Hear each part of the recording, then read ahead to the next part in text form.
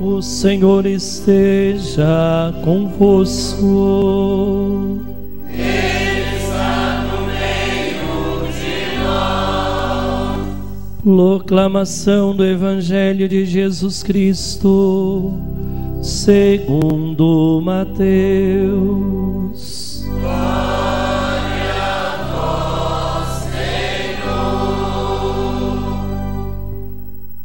Naquele tempo, Jesus contou esta parábola a seus discípulos. O reino dos céus é como a história do patrão que saiu de madrugada para contratar trabalhadores para a sua vinha. Combinou com os trabalhadores uma moeda de prata por dia e os mandou para a vinha. Às 9 horas da manhã o patrão saiu de novo. Viu outros que estavam na praça desocupados e lhes disse: Ide também vós para a minha vinha, e eu vos pagarei o que for justo. E eles foram. O patrão saiu de novo ao meio-dia e às 3 horas da tarde, e fez a mesma coisa. Saindo outra vez pelas 5 horas da tarde, encontrou outros que estavam na praça e lhes disse: Por que estáis aí o dia inteiro desocupados? Eles responderam: Porque ninguém nos contratou. O patrão lhes disse: Ide vós também para a minha vinha. Quando chegou a tarde, o patrão disse ao administrador: Chama os trabalhadores e paga-lhes uma diária a todos, começando pelos últimos até os primeiros. Vieram os que tinham sido contratados às 5 da tarde, e cada um recebeu uma moeda de prata. Em seguida vieram os que foram contratados primeiro e pensavam que iam receber mais. Porém, cada um deles também recebeu uma moeda de prata. Ao receberem o pagamento, começaram a resmungar contra o patrão. Estes últimos trabalharam uma hora só, e tu os igualaste a nós, que suportamos o cansaço e o calor o dia inteiro. Então o patrão disse a eles: Amigo, eu não fui injusto contigo. Não combinamos uma moeda de prata? Toma o que é teu e volta para casa. Eu quero dar a este que foi contratado por último o mesmo que dei a ti. Por acaso eu não tenho o direito de fazer o que quero com aquilo que me pertence? Ou estás com inveja porque estou sendo bom? Assim, os últimos serão os primeiros, e os primeiros serão os últimos. Palavra da salvação.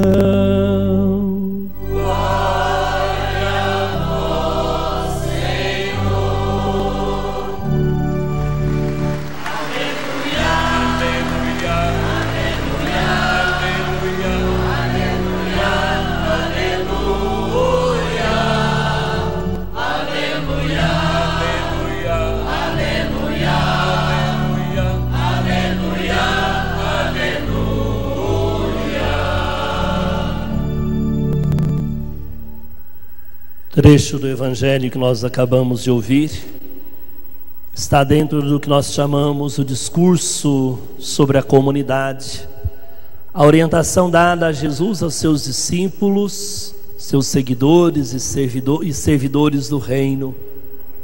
Quais são os valores, o proceder, o modo de agir de Deus para com a humanidade?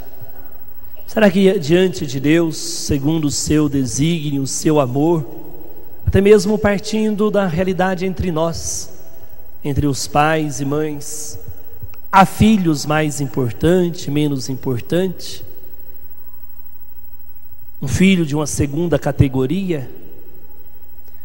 Porque é sobre isso que o Evangelho então chama-nos a atenção, comparando o reino dos céus com esta história dos trabalhadores da vinha, convocados, contratados para trabalhar, das 6 da manhã às 5 horas da tarde, no intervalo das 9, do meio-dia e das 3 horas da tarde, são convocados, são chamados na praça da cidade, para irem trabalhar à vinha do Senhor.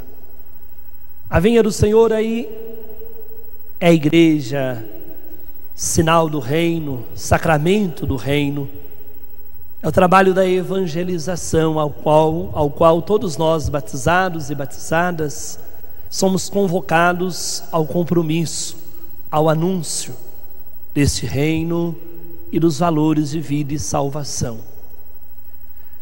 Não olhemos no sentido do pagamento combinado, uma moeda de prata ou um denário, que seria o salário para o sustento de uma família num dia. Não transfiramos esta parte da parábola como se esperássemos de Deus um pagamento, trabalhando a imagem de Deus como um negociante, um Deus que retribui, sim, retribui na gratuidade, no amor, na graça, mas não um pagamento, não como se fosse um salário. Podemos aí dizer que Deus tem por nós e por todos os seus filhos um amor o bastante para vivermos cada dia. Então não precisamos ir fazendo uma poupança, uma reserva do amor de Deus. Hoje Ele tem para nós o que nos é bastante, o necessário. Amanhã, do mesmo jeito, e assim durante toda a nossa vida, Ele não desiste de nos amar e nos sustentar com a sua graça, o seu perdão e a sua misericórdia. O que chama-nos a atenção é ao final do dia. Aqueles que trabalharam 12 horas têm o mesmo salário, mesmo pagamento, do que aqueles últimos que trabalharam apenas 1 hora. E aí vem então a conversa entre os trabalhadores da primeira hora, dizendo que mereciam mais. Aí vem uma resposta muito interessante da parte do patrão. Estás por acaso com inveja por eu estar sendo bom? Numa tradução mais literal, não é o teu olho que é ruim e está com inveja da minha bondade? Porque a inveja nada mais é do que um olhar ruim da pessoa. Então muitas vezes o nosso olhar, ele é mau para com as pessoas e para com Deus. E para Deus, volta a dizer, não existe trabalhador de primeira, de segunda hora, de primeira ou segunda categoria.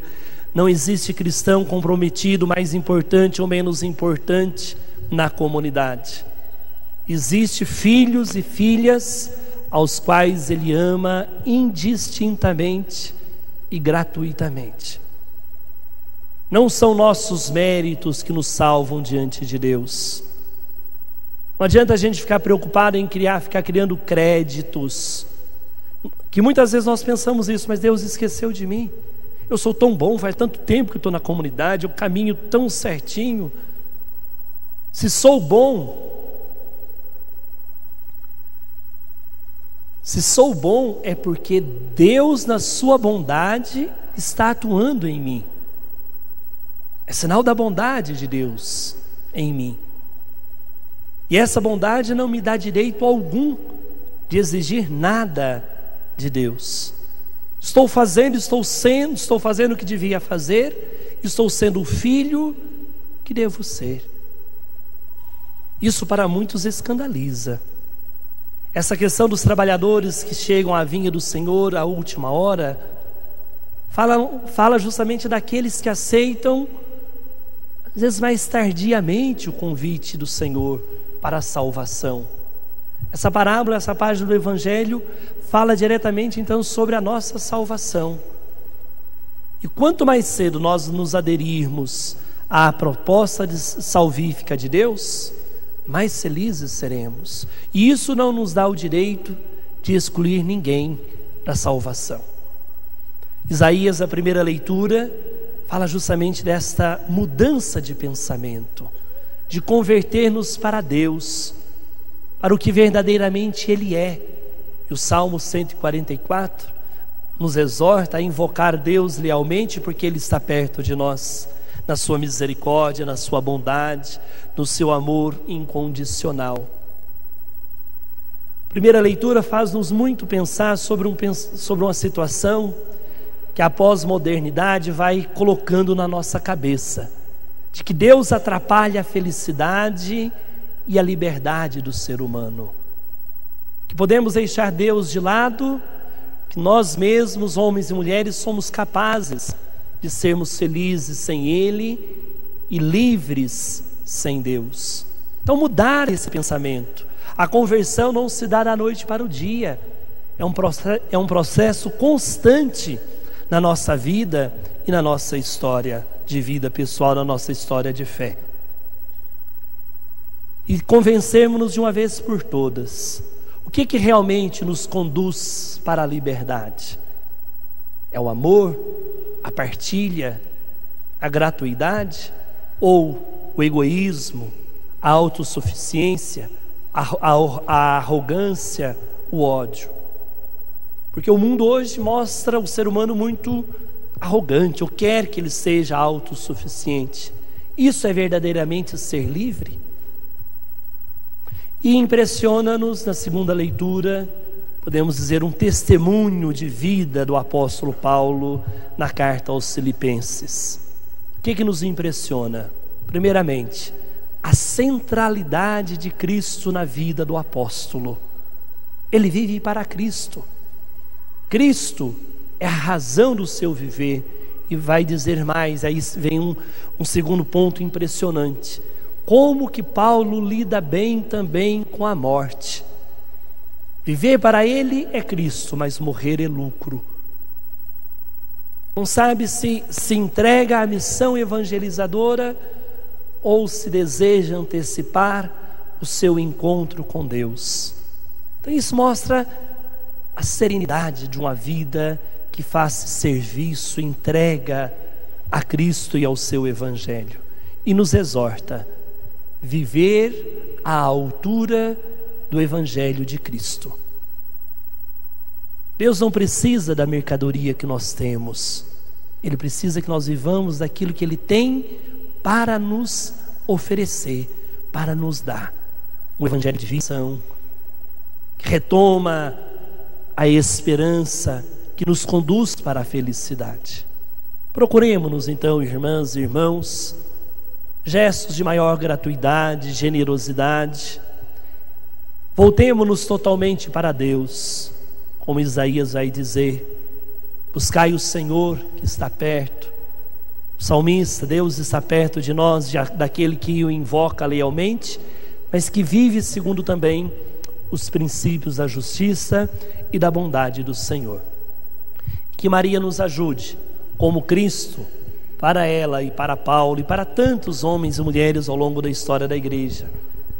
Cristo foi a centralidade da vida, seja Ele também o ponto central, ocupe o maior e o melhor espaço na nossa vida. Assim seja. Amém.